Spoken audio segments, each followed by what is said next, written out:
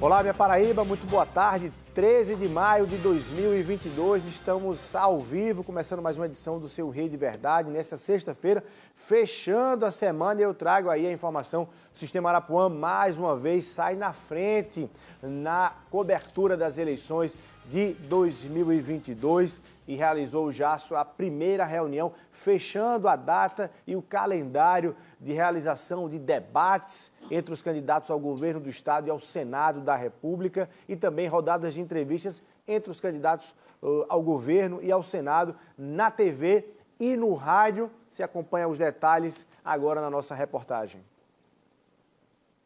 Na TV Arapuã toma forma para fazer uma festa da democracia acessível a todos os telespectadores e ouvintes.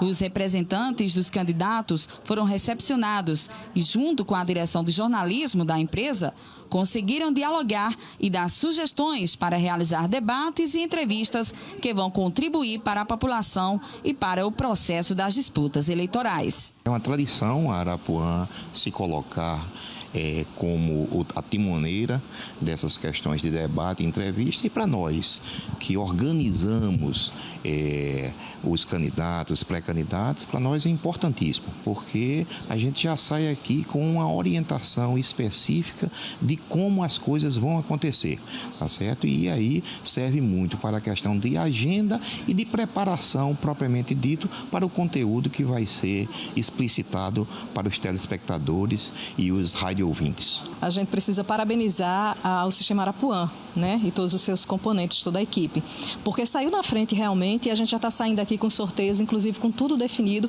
em relação aos candidatos, as datas que cada um vai fazer as entrevistas e o debate. Então, a TV Arapuã, o Sistema Arapuã está de parabéns e para nós, para os eleitores, para os ouvintes, para os telespectadores, é uma festa. Quem ganha, na verdade, é o telespectador e o ouvinte, né, porque é a festa maior, que é a festa da democracia, e mais uma vez a Arapuã sai na frente. A gente só tem que agradecer, porque é bom para o candidato, é bom para o ouvinte, é bom para o telespectador e é bom, claro, acima de tudo, para a democracia. A primeira reunião aconteceu nesta quinta-feira com representantes dos candidatos a governador e a senador. E a TV já está preparada para começar as discussões políticas. Estamos religando, né, as máquinas, né, já começando a perceber os primeiros movimentos desse momento pré-eleitoral. Tudo com o objetivo de, no final das contas, garantir mais uma vez a melhor e a maior cobertura das eleições na Paraíba, que é uma marca da Arapuã, do Sistema Arapuã, já tradicional para a população, para o eleitor paraibano, que espera, né, todo o projeto de eleições, de cobertura das eleições da Arapuã, para poder ali conhecer um pouco mais seus candidatos, reafirmar convicções de votos, fazer escolhas. E a gente está começando, e eu gosto desse movimento, a gente está começando a preparar já aí os primeiros movimentos desse projeto, que será naturalmente aí ao longo desses dias, será apresentado no completo para a população da Paraíba, e que além dos debates, né, entre os candidatos ao governo do Estado, ao Senado, na TV e no rádio, além dos debates, das entrevistas com os governadores, com os candidatos ao governo e os candidatos ao Senado na TV e no rádio, a gente também tem pesquisas eleitorais para divulgar, né, e vamos ter ainda outras novidades a respeito aí do pleito e da cobertura, tudo para que o telespectador, para que o ouvinte do Sistema Arapuã possa fazer, no final das contas, a melhor escolha. E ficou definido que o primeiro debate entre os candidatos ao governo da Paraíba acontece na TV Arapuã no dia 8 de agosto. Já na rádio Arapuã FM, a data definida foi o dia 16 de agosto. A mesma ordem segue para os candidatos ao Senado Federal. O primeiro debate entre eles vai acontecer na TV Arapuã no dia 5 de setembro. Já na Arapuã FM, o mesmo acontecerá no dia 14 de setembro. Tá, e você já agenda aí dia 8 de agosto, às 9h30 da noite, nesse estúdio aqui. Os candidatos que estão disputando ao governo da Paraíba vão se enfrentar e se confrontar no primeiro debate das eleições de 2022 aqui na Paraíba, na TV Arapuã. A gente segue aí com a sequência do calendário também de debates no rádio e entrevistas também. Bom, mas a gente está falando de eleições, para ter eleições não pode ter golpe, não pode ter derrubada aí das instituições. E esse é o nosso debate de hoje, na nossa conversa com o advogado e presidente do Agir 36, Doutor Flávio Moreira, muito boa tarde, seja muito bem-vindo aqui ao Rede Verdade. Boa tarde, Luiz. Boa tarde a todos os presentes no estúdio. Boa tarde a todos os telespectadores. Inicialmente, lamentar a ausência, né, do deputado Cabo Gilberto, que inicialmente tinha confirmado, para que nós pudéssemos debater. E o debate é o passo mais importante numa democracia. Democracia esta que, infelizmente, vem sendo atacada por alguns, como o deputado em questão. Bom, o que motivou, então, vocês entraram como partido político na Assembleia Legislativa, não é isso? Diretamente lá na Assembleia, com a representação defendendo a cassação do mandato do deputado por declarações que ele deu em relação a uma suposta defesa do golpe de 1964 aqui no Brasil. O que motivou vocês a tomarem essa atitude? Na verdade, Luiz, ele não só exaltou o golpe de 1964, mas ele conclamou para que fosse dado o que ele chamou de contragolpe no Supremo Tribunal Federal, nos moldes do que foi feito em 64. Depois ele disse que não disse que queria golpe. Mas, ora, se eu quero dar um contragolpe num poder constituído pela própria Constituição da República, o que é que eu estou pregando? Eu estou pregando um golpe militar. Porque em 1964 o que houve foi a tomada do poder pelos militares sob uma aparência de um golpe civil-militar, que depois foi se fechando gradativamente o regime até o AI-5. Eu não vivi isso, eu nasci em 1980. Então, eu era criança quando voltamos ao regime democrático. Mas qualquer um de nós que leia, qualquer um de nós que estude o mínimo, vai saber que a ditadura matou, que a ditadura perseguiu, que sumiu com pessoas, que torturava pessoas. E aí, como é que alguém que foi eleito pelo regime democrático pode vir a defender a quebra daquilo que o levou até o parlamento estadual? Então, o partido ele se reuniu e decidiu tomar essa posição, porque se tivéssemos feito isso lá atrás, se o Congresso Nacional tivesse se posicionado no primeiro arrobo antidemocrático do agora presidente Jair Bolsonaro, talvez nós não tivéssemos esse discurso, que muito mais serve, Luiz. Quem conhece o Cabo Gilberto, não é uma má pessoa, inclusive, quem conhece outros deputados bolsonaristas sabem, eles criaram personagens para enganar um séquito de pessoas que acham que vai ser possível, porque, por exemplo, nós temos hoje 15 generais de exército na ativa. Se você for lá e tentar conversar com os 15, você vai ver que dos 15 não tem 2 ou 3 que apoiam o golpe militar. As Forças Armadas não vão entrar numa aventura dessa.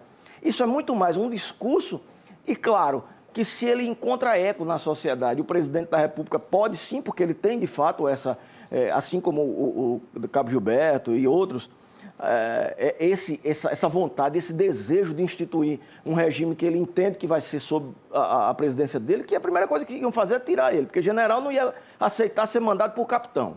Né? Nem isso eles conseguem raciocinar, nem isso eles conseguem pensar. Então, dar um golpe é muito fácil, agora sair dele é muito mais difícil. E a gente não pode permitir, as instituições têm que voltar a funcionar adequadamente. E eu espero que a Assembleia Legislativa tenha coragem de fazer aquilo que diz o regimento e a Constituição Estadual. Doutor Flávio, fazendo aí algumas argumentações em favor do deputado, se puxar a questão da imunidade parlamentar e a liberdade de expressão, esses dois instrumentos não pesam em favor do deputado nessa manifestação dele? O primeiro ponto que a gente tem que falar é sobre a imunidade parlamentar. O que é a imunidade parlamentar? A imunidade parlamentar, ela está lá na Constituição, ela diz que os deputados federais, senadores, e aí estende-se, obviamente, ao parlamento municipal e estadual, eles são imunes em relação às suas palavras, opiniões e votos. Primeira coisa é que não houve, essa não foi uma manifestação em um voto, em um projeto de lei, não. E o segundo ponto mais importante é que ele incitou a prática de um crime contra a soberania nacional. Aí não tem liberdade de expressão para isso. E aí ele incide no artigo 286 do Código Penal, no parágrafo único, que diz que incide nas mesmas penas quem incita a animosidade entre as Forças Armadas e as instituições democráticas. Está lá no Código Penal, é uma coisa que não dá para fugir. Então, você tira pela própria jurisprudência do Supremo Tribunal Federal, das próprias casas legislativas, do Congresso Nacional, você percebe que o deputado Daniel Silveira ele teve licença para ser processado. Quantos outros deputados não são processados por crimes? Você está dizendo que além da representação no Conselho de Ética da Assembleia, caberia uma representação criminal também? Sim. Houve a prática de um crime, agora, como a pena é muito branda, a pena para este crime ela é de detenção de 3 meses, de 3 a 6 meses. Então, seria meio que chover no molhado, porque não ia dar em nada, né, absolutamente, porque o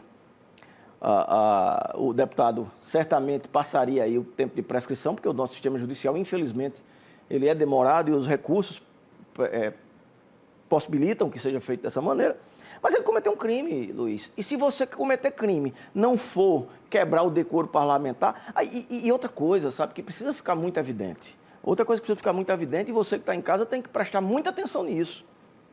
Você acha mesmo que não querer que as pessoas vão para a rua fazer campanha, porque é isso que parte do bolsonarismo quer, que as outras candidaturas, que os outros candidatos, os outros postulantes fiquem com medo, fiquem dentro de casa...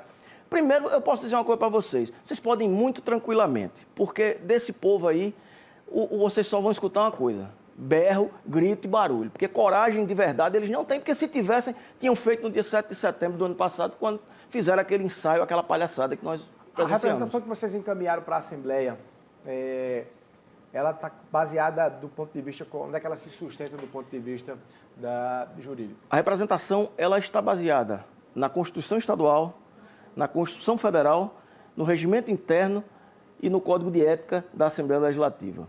Então, a conduta do deputado, que diga-se é reiterada, né? Infelizmente a gente tem o desprazer de aqui dizer, uma conduta reiterada. Por exemplo, quando o deputado incitou que os policiais militares não trabalhassem, e aí, deputado, o senhor não veio, mas eu ia lhe dizer isso aqui e vou lhe dizer por via da TV. Se o senhor me chamar para ir lá para o Congresso Nacional, brigar pela PEC 300, pela PEC 346, que é o piso salarial dos policiais, que o seu presidente assumiu o compromisso de aprovar e nunca fez um gesto para aprovar, eu vou com o senhor. Eu e, por exemplo, o nosso secretário-geral, o deputado Capo Sérgio Rafael, que será novamente deputado estadual para substituir a representação da segurança pública, que o senhor, infelizmente, me permita, muito mal representa. Tá aí, tá chamando para discussão. Eu quero lhe perguntar qual é a expectativa sua em relação de como a Assembleia Legislativa, o Conselho de Ética, se não me engano, o deputado Manuel Ludigério, presidente do Conselho de Ética, guardadas as devidas proporções, é um caso que estão querendo se comparar com o caso de Daniel Silveira lá no Congresso. O Congresso foi acusado de ser omisso em relação ao deputado Daniel Silveira. Se você acha que a Assembleia vai também engavetar isso, vai ser omissa em relação a esse assunto, mas você responde daqui a pouquinho. A gente vai rapidinho para o intervalo comercial e volta tratando desse assunto. Um minutinho só.